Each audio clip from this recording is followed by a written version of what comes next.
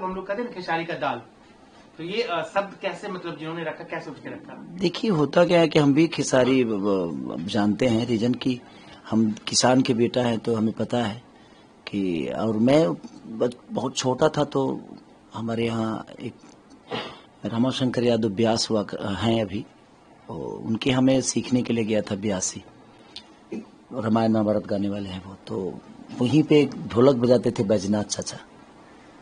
तो मैं बहुत तेज था, बचपन से ही बहुत तेज था झाल बजाने में, बोलने में। तब से उन्होंने मेरा कि खेसारी की तरह है, खेसारी खेसारी, तो तब से लोगों ने मेरा नाम खेसारी रख दिया। अच्छा, तो ये कोई बने आपके इंडस्ट्री ने नहीं दिया? हाँ, मेरे गायकी के ही, जैसे कि वेद गायक जो होते हैं ना, उनके वो ढोलक बजाते हैं, गम्हरिया के हैं, आपके पचरुखी के आसपास है गम्हरिया एक जगह, वहीं के हैं वो, और बहुत प्यारे हैं। और बिहार में समझिए कि उनके जैसे तबला मास्टर बहुत कम है, वो अद्भुत है, और उन्होंने ही मेरा नाम रखा था। खेसारी जी, आप कब से इस कैसे आना हुआ इस भोजपुरी इंडस्ट्री में, या आप कह रहे हैं कि शुरू से ही आपका कहीं ना कहीं झुकाव था? शुरू से मैं अखंड कीर्तन बहुत गाया हूँ, हरे राम राम राम हरे हरे, हरे कृष्णा कृष्णा कृष्णा हरे हरे।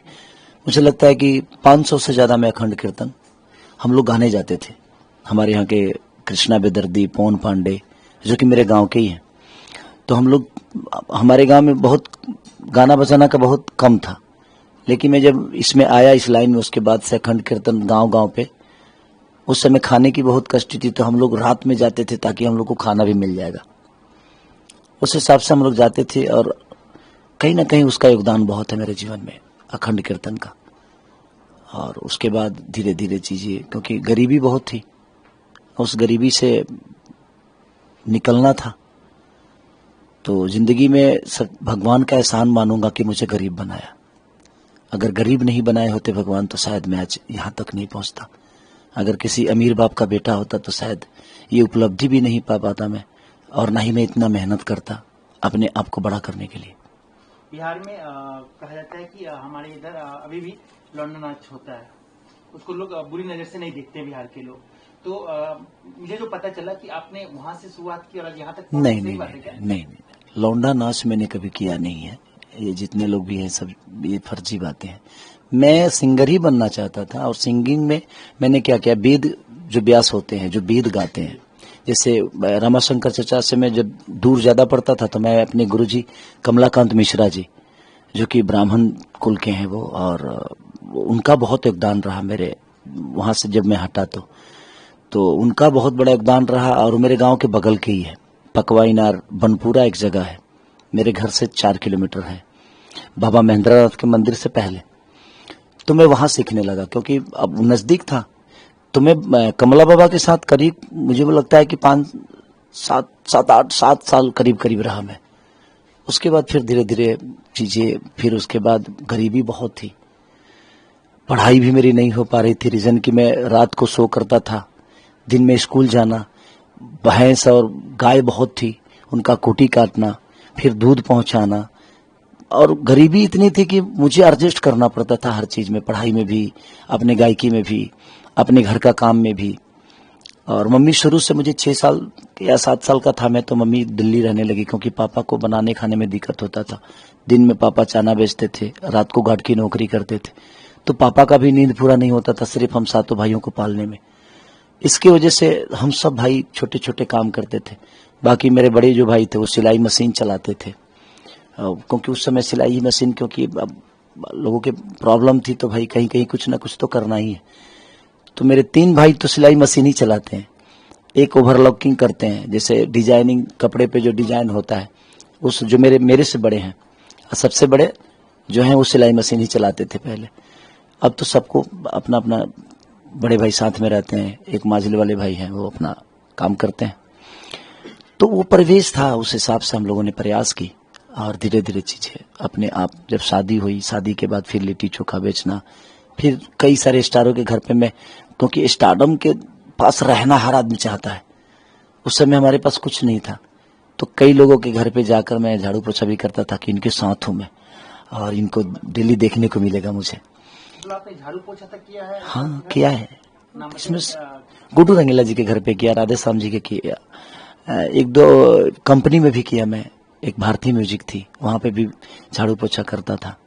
तो वहाँ पे हमारे बहुत प्यारे सिंगर बादल बवाली जी आते थे, विजेंद्र बाबा आते थे, तपेश्वर चौहान जी आते थे, एक और कौन दीवाना थे वो भी आते थे। मैंने बहुत सारे सिंगर वहाँ आते थे, तो सबको चाय पिलाना, बर्तन धोना, झाड़ू पोछा करना, तो 3-4 जगह पे मैंने ऐसे की है। मतलब वो उस वक्त और इस वक्त में कितना अंतर आपको दिख रहा है?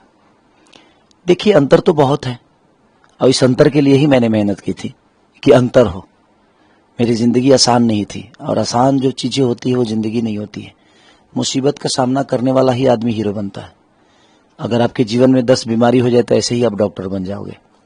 उसी तरह जीवन है, जितनी प्रॉब्लम होगी उतनी ही प्रॉब्लम से निकलते निकलते एक दिन आप नायक कहलाओगे। और मेरे जीवन में प्रॉब्लम बहुत थी, धीरे धीरे सॉल्व की मैंने अपने जीवन को, और उस रास्ते से आज यहाँ तक का सफर आप देख ही रहे हैं जी कैसा रहा, मैं कैसे हूँ, और आज पूरी दुनिया की नजर खेसारी पे है। तो कहीं ना कहीं वो मेरे गरीबी का देन है, और मैं अपने गरीबी को ही सबसे बड़ा हीरो मानता हूँ कि मेरे जीवन की सबसे बड़ा अगर कोई हीरो है तो मेरी गरीबी थी जो मुझे हीरो बना दी। आपने कहा कि आप यहाँ पे भैंस भी चराते थे, तो मतलब दूध दूहना और जो भैंस को धोना होता है। हाँ, ये सब, ये तो मेरा समझिए कि इसके लिए मुझे सीखना नहीं है कहीं। ये तो मेरे लिए बेहतर है कि मैं भैंस भी दूहता हूँ और मैं भैंस चराया भी हूँ। अब सोचिए कि हम लोग अब गमछा में सतुआ सान कर खाए हैं, और पानी नहीं था तो धान में ऐसे ऐसे करके गमछा उस पर डाल के और जानवरों की तरह पानी भी पिए, क्योंकि चौरा बहुत लंबा होता था। या तो किसी गांव में आपको कल पे जाना पड़ेगा या अपने गांव, और उतनी वक्त नहीं होती थी, तो सतुआ जाता था, पानी खत्म हो जाता था और प्यास भी लगती थी, तो किसी नदी में, जो हमारे यहाँ बाढ़ आती है तो कहीं ना कहीं एक नदी निकलता है, छोटा सा नाहर टाइप का, या तो धान के खेत में हम गमछा बिछाकर पानी पी लेते थे भैंसों की तरह या जानवरों की तरह, या तो कहीं किसी नाहर में ऐसे गमछा डाल के और पानी छान के पी लेते थे। तो इतनी गरीबी में जिए, कभी आपको ऐसा हुआ कि किसी ने आपको अपमान कर दिया और दिन आपको दिल पे लगा कि ना अब इस गरीबी में नहीं रहना है, क्योंकि आप कह रहे हैं कि इतनी गरीबी आपने झेली है, तो क्या कभी ऐसा कुछ नहीं है? देखिए गरीब, हर गरीब का अपमान तो होता ही है सर, मेरा नया थोड़ी हुआ है। अगर मैं इस बात को कहूं कि नहीं मेरा बहुत अपमान हुआ है, तो ये नया चीज नहीं है, हर उस गरीब का अपमान होता है। तो सही है, वो अपमानित होना सही बात है। रीजन कि अब जब अपमान कोई करता है ना, तो आपको ताकत देनी चाहिए, उससे हरास नहीं होनी चाहिए, आपको उसकी तरह बनना है। तो अपमान बहुत जरूरी है जीवन में, और मेरे लिए हमेशा वरदान साबित हुआ है, और मैं हमेशा से अपमानित होता रहा हूं, और मैं कभी उसको कमजोरी नहीं बनाया। मैंने उसको ताकत मिली कि मैं अपमान हो रहा हूं, इसके लिए मैंने अपने आप पे काम की, अपने ऊपर काम की, और लोगों को अपना बनाया और बेहतर जीवन लेकर चला। कैसे देख रहे हैं कि आपको, आप इतना मेहनत करके यहाँ तक आए हैं और आज आपको लोग नचनिया बोल रहे हैं, तो इसको आप कैसे देख रहे हैं? तो जो मेहनत किया नहीं है उसके लिए तो कोई शब्द मायने नहीं रखता है। जो मेहनत करता है उसके लिए हर उस शब्द का मायने होता है, हर उस इंसान के मायने होते हैं। कोई बात नहीं, कोई नचनिया बोलता है, वो भी बड़े बड़े भाई हैं और उनका सम्मान है, मिलेंगे तो हमेशा से उनको प्यार करूंगा मैं। मेरे लिए वो व्यक्ति विशेष कभी दुश्मन रहा नहीं, और ना ही व्यक्ति विशेष का मैं जवाब देता हूँ। मैं उनके विचारधारा के, उनके शब्दों को जवाब दे सकता हूँ, बट देखा जाए तो बड़े बड़े हैं मेरे से, उनको उतना हक है मुझे बोलने का।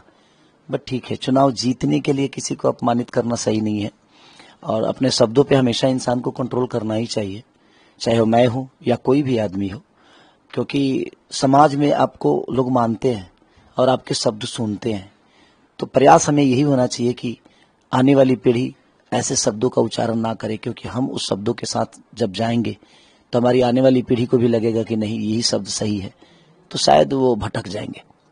जिनको आप अपने बड़े भाई मित्र मानते होंगे, जो आपकी इंडस्ट्री के हैं, और अभी किशन भी आए तो यहाँ पे गरज के गए, निरहुआ अभी आपके बारे में क्या कहा आपको पता ही होगा, तो इन सब चीजों को आप कैसे, मतलब को लग रहा है कि ये ठीक है, फिर तो अब चुनाव के बाद तो फिर एक ही इंडस्ट्री में काम करेंगे? तो इतनी जो कटुता बढ़ती जा रही है। नहीं नहीं नहीं, सही है, वो पार्टी के बंधन में उनके लिए रिश्ते मायने नहीं रखता है, उनके लिए पार्टी मायने रखती है, मेरे लिए रिश्ते मायने रखते हैं।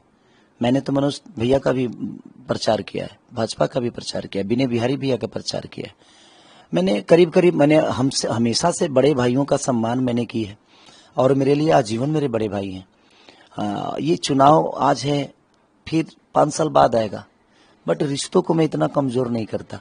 हाँ, उनके शब्द मेरे लिए हो सकते हैं और उन्होंने इंडस्ट्री को बहुत कुछ दिया है जहाँ पे हम लोग गए हैं, लेकिन आज मेरे इंडस्ट्री से अलग हट के मैं कुछ करना चाहता हूँ तो शायद उनका दुश्मन बना हूँ मैं, बट कोई नहीं, उनका छोटा भाई हूँ। हो सकता है मेरे जुबान से कुछ गलत निकल गया हो, उसके लिए वो नाराज हैं और वो बोल रहे हैं तो बोलने दीजिए, क्या फर्क पड़ता है। इतने दिन से तो मैं उनका आशीर्वाद लेकर आता हूँ, तो उनके 2 शब्द मुझे छोटा नहीं बना सकते, क्योंकि उनके लिए मेरे लिए उनका रिश्ता बहुत मायने रखता है। तो मैं शब्दों से नहीं बल्कि इस इंसान से प्यार करता हूँ। मिसाली जी, हम ये जानना चाहेंगे कि जब आज के दौर में जितने भी सेलिब्रिटी हैं, वो बॉलीवुड के हो या किसी भी छोटी इंडस्ट्री का, सब बीजेपी ज्वाइन कर रहे हैं। बिहार में भी अभी एनडीए की सरकार है, तो आपने कैसे चुन लिया जो अपोजिशन में है उस पार्टी को? आपने क्वेश्चन को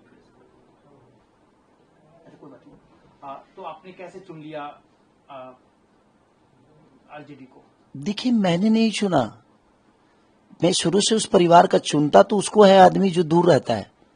शुरू से मैं लालू चाचा के परिवार से जुड़ा हूं और आज से नहीं, मुझे लगता है कि 10-15 साल पहले से हमारा एक रिश्ता है उनसे, बाप बेटे का।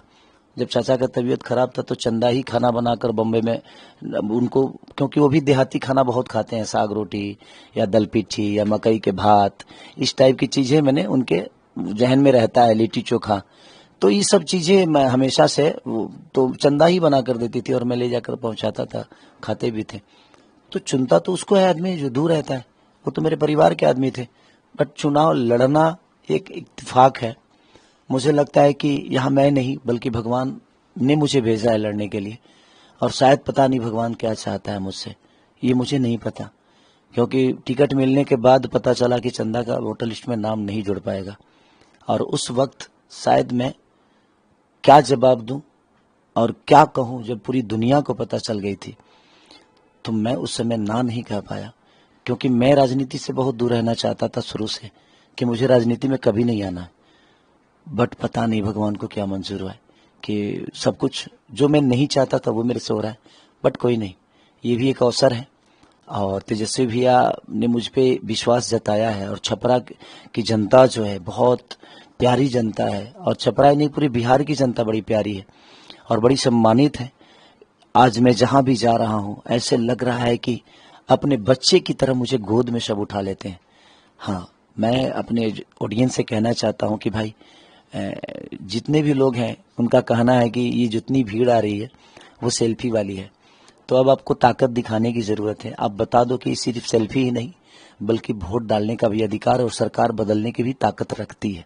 तो अब आप सब पे निर्भर है कि आप इस सरकार को बदलने में कितना योगदान खेसारी और तेजस्वी भैया को दे रहे हैं। आप अधिकांश हम बड़े नेताओं, बड़े जब हीरो से मिलते हैं तो उनसे पूछते हैं कि आप पाएंगे क्या, बिहार जो बिहार से बिलोंग करते हैं, क्या पाएंगे नेतागिरी में? तो बोलते नहीं, अभी तो मेरा बड़ा अच्छा दुकानदारी चल रही है, हम क्यों आएंगे। आपको नहीं लगा आपकी भी तो दुकानदारी बहुत अच्छी चल रही है? मेरी दुकानदारी सबसे बेहतर चल रही थी और चलेगी, चलती रहेगी। बट जो विश्वास छपरा की जनता ने मुझ पर जताया है, मैं प्रयास यही करूंगा कि जो भी अपने हुनर से हो सके, जो भी अपने ताकत से हो सके, मैं प्रयास नियंत्रण करते रहूंगा कि ये छपरा की जो प्रॉब्लम है, चाहे वो नाले का हो या अस्पताल का हो। अब सोचिए कि छपरा सिवान गोपालगंज में मात्र एक यूनिवर्सिटी है। इस 20 साल में मात्र इनका सरकार है, एनडीए की सरकार है, और मात्र एक यूनिवर्सिटी है, जयप्रकाश नारायण यूनिवर्सिटी नाम है उसका शायद, और उसमें भी 6 साल बच्चों को पास आउट होने में लग जाता है। तो हम प्रयास करेंगे कि ये शिक्षा का जो स्तर है वो डे बाई डे बढ़े, अस्पताल की जो व्यवस्था है वो बाकी शहरों से बेहतर हो या बाकी शहरों की तरह ही हो जाए। तो हमारा प्रयास रहेगा कि नाला, जो पानी का निकासी है, उस पर सबसे पहले हमको काम करना है। अपने हुनर से जो हो सकेगा प्रयास करूंगा। छपरा के लोगों से ही पूछूंगा कि हम लोग जो पढ़े लिखे लोग हैं, जो इस विषय को ज्यादा जानते हैं, मैं सबको लेके चलूंगा ताकि वो हमें रास्ता बताए और हम लोग उस रास्ते पे चल के और अपने छपरा को बेहतर दिशा में ले जाए। ये तब होगा ना जब आपकी सरकार यहाँ पे आएगी। अगर सरकार आ भी गई तो केंद्र में तो सरकार बीजेपी की है, तो सामंजस्य कैसे बैठेगा, काम कैसे आप कर पाएंगे फिर? क्योंकि हमेशा से कहा जाता है ना कि जब विपक्ष ये बताइए, विपक्ष की सरकार रहती है और केंद्र में अगर मैं तो बिहार से हूँ, पर मुंबई में जाके बेहतर कर पा रहा हूँ ना। करने वालों के लिए कोई जगह मायने नहीं रखती है, सरकार मायने नहीं रखती है। आपके मन में किसी के लिए श्रद्धा होनी चाहिए, इच्छा होनी चाहिए, करने की वो ताकत होनी चाहिए। आप दुनिया के किसी कोने में जाके अपने आप को बड़ा कर लेते हो ना, तो जब आप अपने आप को बड़ा कर लेते हो तो अपने लोग के साथ मिलके आप अपने शहर को बड़ा कैसे नहीं कर सकते। प्रयास करने से कुछ भी हो सकता है। हम लोग प्रयास करेंगे, बहुत नहीं होगा, कुछ तो होगा, धीरे ही चीजें सुधरेगी।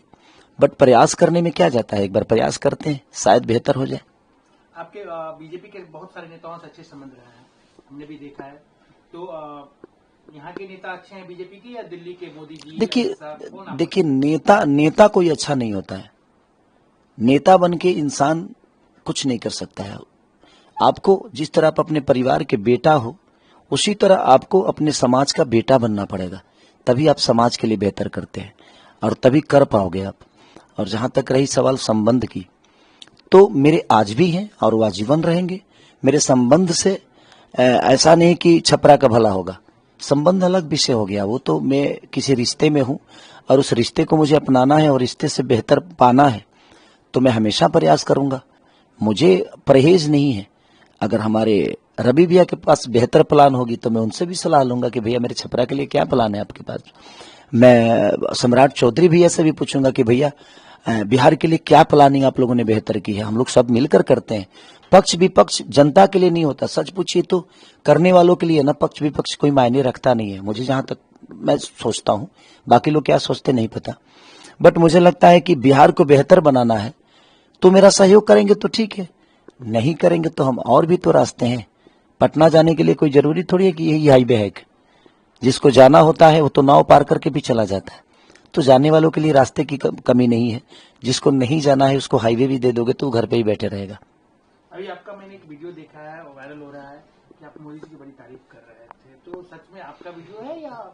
नहीं, बिल्कुल तारीफ करता हूं मैं, आज भी कर रहा हूं। वो बुरे कभी नहीं है, बट उनकी सोच हमारे बिहार के लिए क्यों नहीं हुआ, मेरा सवाल हमेशा से उनसे रहेगा। ये मैं अपने पिता हैं, वो मेरे हम सबके पिता हैं। देखा जाए तो हमारी उम्र बहुत कम है, बट मुझे लगता है कि जिस बिहार में मैं हूं, उस बिहार में आज 15 साल से केंद्र में सरकार उनका है, 20 साल से बिहार में है। उसके बावजूद भी बिहार के लोगों को एक रोजी रोजगार, एक बेहतर यूनिवर्सिटी या एक बेहतर कॉलेज या एक बेहतर अस्पताल क्यों नहीं मिला। लोग पलायन का इतना पलायन है कि आप सोच नहीं सकते। वो सिर्फ हमें ट्रेन क्यों देते हैं, हमें फैक्ट्री क्यों नहीं देते, हमें अपने परिवार में रहने क्यों नहीं देते। वो हमेशा से ट्रेन पास करते हैं कि आप लोग अब सुविधा से जाइए और सुविधा से आइए। आप अपने गुजरात को कितना बेहतर बनाए। मैं चाहता हूं कि गुजरात का आधा ही बना दीजिए हमारे बिहार को। हमें चुनाव लड़ने की जरूरत ही नहीं है। आप बेहतर करो ना, हम आपके साथ हैं, हमें कोई दिक्कत नहीं है। क्योंकि बेहतर जब तक बिहारी नहीं रहेगा तो हम यहाँ के रह के एक बेहतर नागरिक हम कैसे कहलाएंगे। आपके मुंह से मुझे शोभा नहीं देता कि एक कितने बड़े अहदा पे हैं हमारे माननीय प्रधानमंत्री जी, और वो जब जंगल राज की बात करते हैं ना तो मुझे खुशी नहीं दुख होता है कि हमारा जंगल राज उतना बड़ा नहीं था जितना आप लोगों ने बना दिया उसको। पूरी दुनिया के नजर में एक इतने बड़े अहदा पे होने के बाद आपने बिहार को लोगों को ऐसे, क्योंकि अब पूरी दुनिया तो यही समझती है ना कि बिहार एक जंगल राज है। यहाँ कोई भी फैक्ट्री लगाने से डरता है, आज भी डरता है, क्योंकि अपने नेताओं के मुंह से ही सुनता है कि जंगल राज है। तो इसलिए सर कहीं ना कहीं फैक्ट्री लगाने वाले भी व्यापारी कहते हैं कि नहीं यार वो जंगल राज है। कम से कम 20 साल से आपकी सरकार है तो आज भी जंगल राज है, तो फिर आपने बदला क्या है इसको, आपने दिया क्या है बिहार को।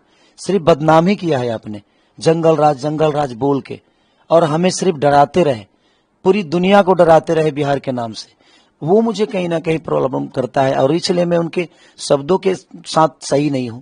मैं व्यक्तिगत उन इंसान के साथ हूं और वो हमेशा से हम लोग के पिता ही रहेंगे और हमेशा से उनके लिए हमारे दिल में हमेशा सम्मान रहेगी, क्योंकि वो एक गार्जियन है। बट मैं गार्जियन से भी कहता हूं कि सिर्फ सारे बच्चों को आप तो देख लिए, बट बिहार भी तो आप ही का बच्चा है। बिहार को इतने हीन नेचर से क्यों देखा जा रहा है, और क्यों आपने देखा, आपने क्यों नहीं पलायन रोकी, आपने क्यों नहीं बेहतर कॉलेज बनाई, यहाँ क्यों नहीं बेहतर अस्पताल बनाया, क्यों नहीं अपने परिवार से दूर जाने वाले को उनके परिवार में रोक लिया। जिस तरह गुजरात के आदमी एक भी आपको कहीं दूसरे जगह नहीं मिलेगा। हर आदमी, गुजरात के लोग अपने घर में ही रह के, अपने परिवार के साथ रह के हर वो दीपावली, हर वो छठ, हर वो त्योहार को मना लेते हैं और वो सुखी भी हैं और वो काम भी करते हैं और अपने परिवार के साथ भी रहते हैं और अपने आप को भी बड़ा कर रहे हैं। लेकिन हमारे साथ ऐसा क्यों हुआ, इसलिए मैं सवाल करता हूं, बाकी कोई बात नहीं। अच्छा, आप जंगल राज की बात सही बात है कि अभी जितने नेता आ रहे हैं बिहार सरकार करने के लिए बीजेपी की तरफ से, एक ही सवाल करते हैं, जंगल राज, जंगल राज, जंगल राज। उस वक्त का जंगल राज और अभी जो बिहार में वर्तमान में है, अभी भी क्राइम उतने ही है। आज भी एक नेता की हत्या हो गई है, रोज हो रही है, कुछ न कुछ होती रहती है। तो उस समय और इसमें आपको क्या अंतर दिख रहा है, क्योंकि आप उस समय बिहार में थे? हाँ बिल्कुल था। उस समय तो पैसा लेकर छोड़ दिया जाता था ना, आज तो मार दिया जाता है, इंसान ही खत्म हो जाता है।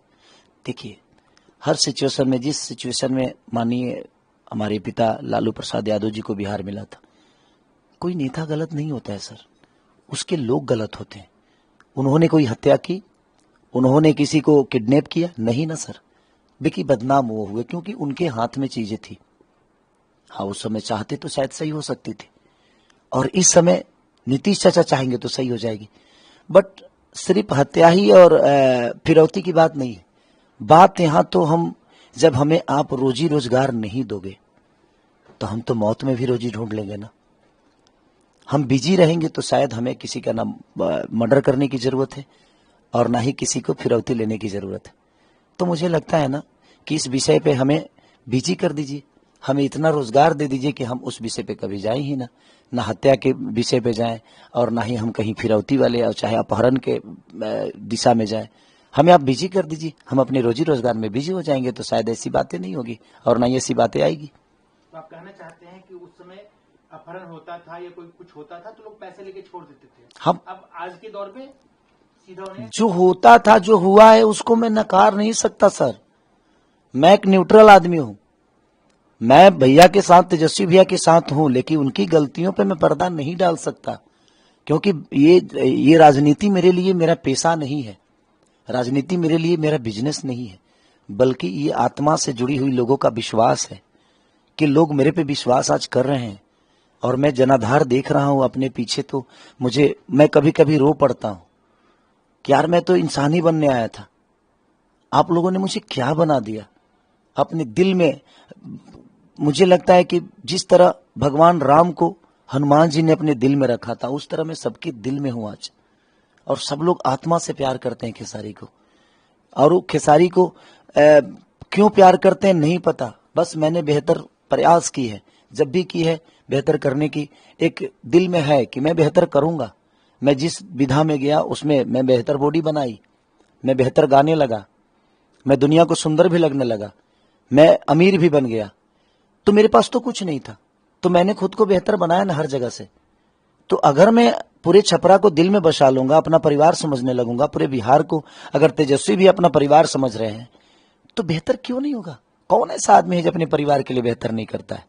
बस अपने परिवार के दायरे को बड़ा करना होता है। सिर्फ आप पूरे छपरा को अपना परिवार जब मानने लगोगे ना, तो आप बेहतर सोचना शुरू कर दोगे कि मेरे परिवार में कमी क्या है, मेरे परिवार की जरूरत क्या है। तो हम अपने परिवार की जरूरत पूरा करते हैं ना, शायद हम ये छपरा पूरा परिवार बना लेंगे तो शायद इनकी भी जरूरत पूरा कर देंगे। आपने कहा कि आपने बेहतर गाना सीखा, बेहतर बॉडी बनाई, बॉडी से आप एक बात याद आई, आप एक वीडियो बहुत वायरल हुआ था जिम में, से कौन एक्सरसाइज करता है? नहीं, देखिए वो एक आर्ट था और वो एक आर्ट के हिसाब से मैंने की थी, वो मेरा अपना नहीं था। कहीं ना कहीं वो कोई विदेश में स्टैंड था, तो स्टेमिना को जांचने के लिए करता है। बट किसी ने गाना लगाकर आकांक्षा जी ने ही डाल दिया था, मैंने शेयर भी नहीं की थी। बट ठीक है, ऐसी चीजें नहीं होनी चाहिए, वो मुझे भी रियलाइज है इस बात का कि वैसी चीजें नहीं होनी चाहिए, समाज के लिए सही नहीं है। तो आप कंट्रोल करता है आदमी और करेगा आगे भी। आपकी पत्नी जी देखी होंगी तो उनको बिल्कुल बुरा क्यों नहीं लगेगा, बिल्कुल लगना चाहिए, क्योंकि वह आपत्तिजनक चीजें थी और बुरा लगना चाहिए और लगना वो जायज है। अगर मेरी पत्नी रिएक्ट उस पर करती है तो वो सही है, वो गलत नहीं है। एक चीज और आप पे आरोप लगता है कि आपने अश्लीलता फैलाई है, ऐसा कहना है लोगों का, लोग आपके खिलाफ आज के लिए घूम रहे हैं कि भाई इन्होंने भोजपुरी को बहुत गंदा किया, सबसे ज्यादा अगर गाना किसी ने गाया है, क्योंकि आप एक स्टार बन चुके, स्टारडम है आपके पास, तो आप जो भी गाते हो वायरल होता है, तो इस पे क्या कहेंगे? गंदा गाया, किया तो नहीं ना, लोग तो करते हैं। सच पूछिए तो वो एक इंटरटेन का विषय है सर। इंटरटेन को राजनीति से जोड़ने का कोई मतलब ही नहीं बनता है। आज जितने भी बिहार की बदहाली हुई है, ये मेरे गाने की वजह से तो नहीं हुआ है। मेरे गाने की वजह से हो सकता है ऐसे किसी को आहत पहुंच सकती है, बट मुझे लगता है कि इनके काम की वजह से, इनके जो जितने भी एनडीए के नेता हैं, इनकी जो जिम्मेदारी थी, इन्होंने अपनी जिम्मेदारी जो पूरा नहीं की ना, अब इनके पास एक ही हथियार है, खेसारी को गंदा बता देना। मैं तो भाई मुझ में गंदा हूं, मान लिया थोड़ी देर के लिए, बट आपने बिहार को रोजगार कितना दिया उस पर बात करिए ना। मेरी गंदगी को छोड़ दीजिए, मैं बहुत बुरा इंसान हूं, मैं अपने आप को मान लिया थोड़ी देर के लिए, बट मेरे बुरा होने से बिहार की हालत खराब तो हुई नहीं।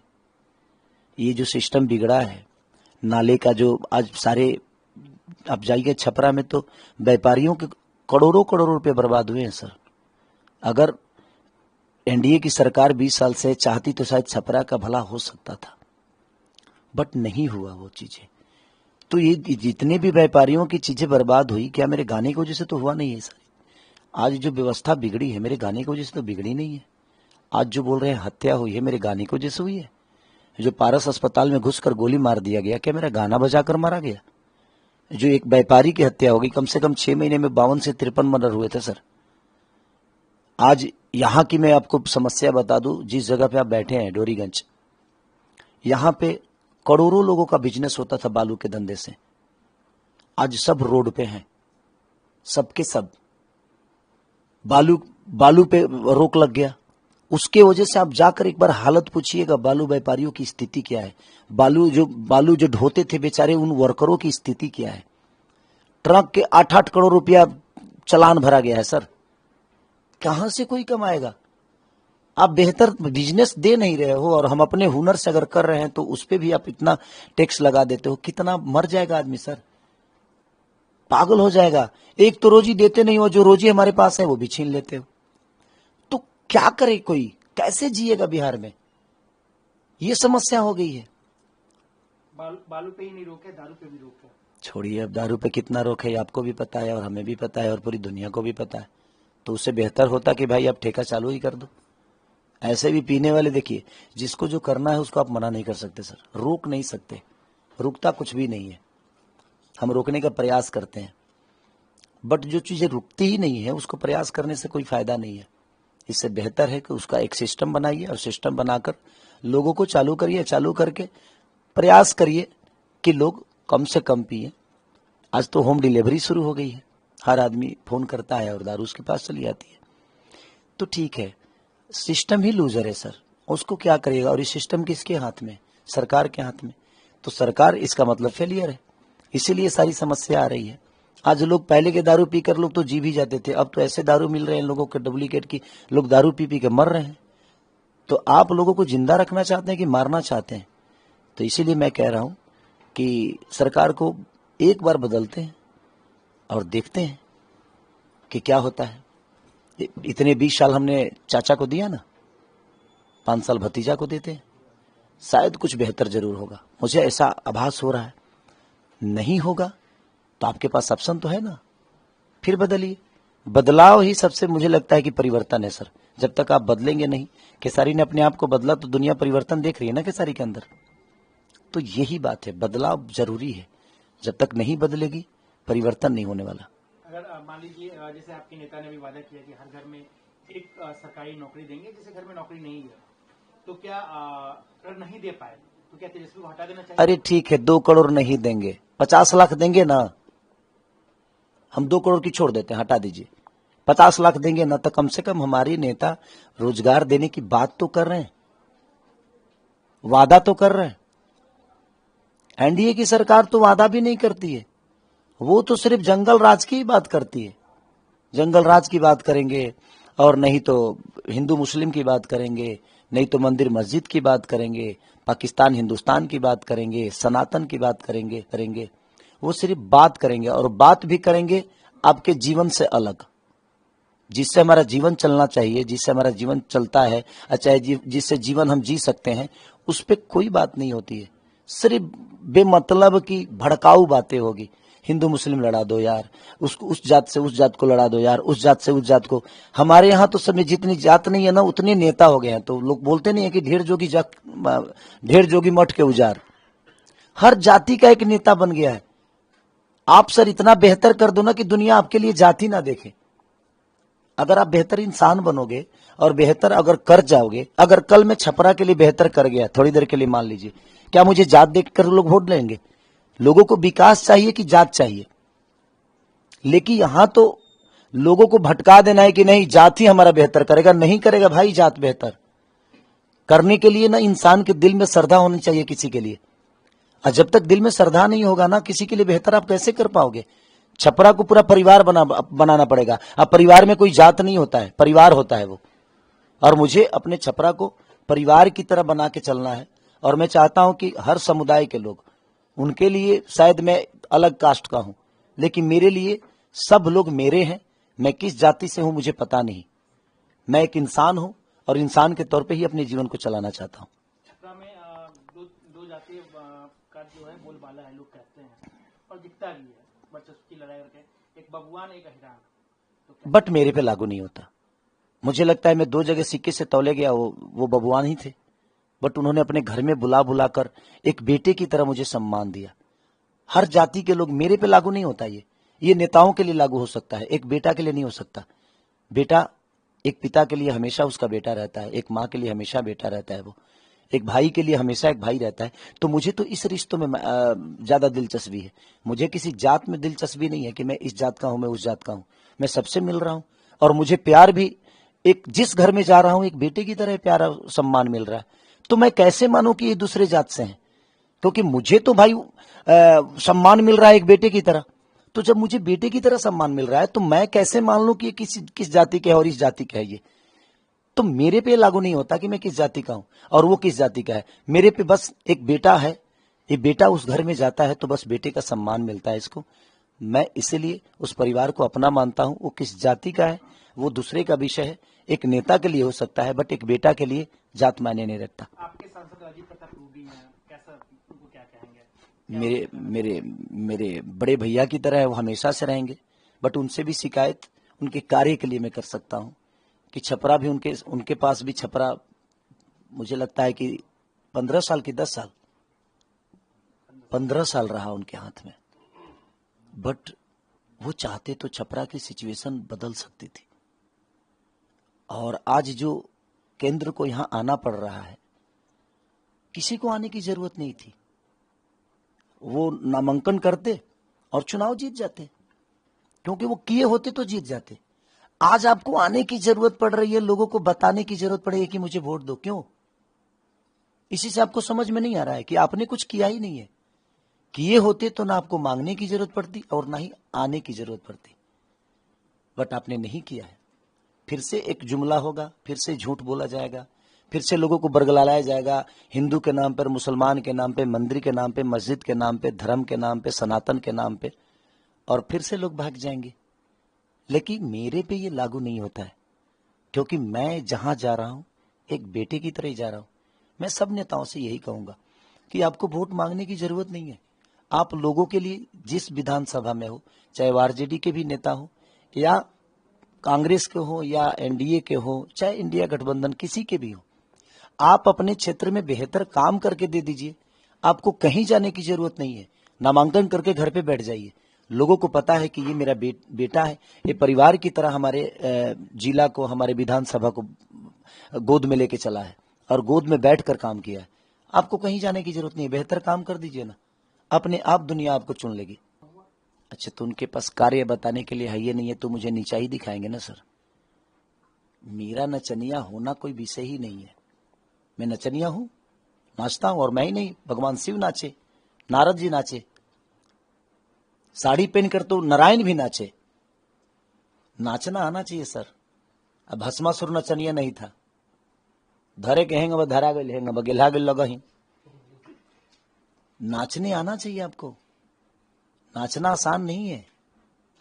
वो नचनिया कर रहे हैं, बड़े भाई हैं, उनका सम्मान है हमारे जीवन में।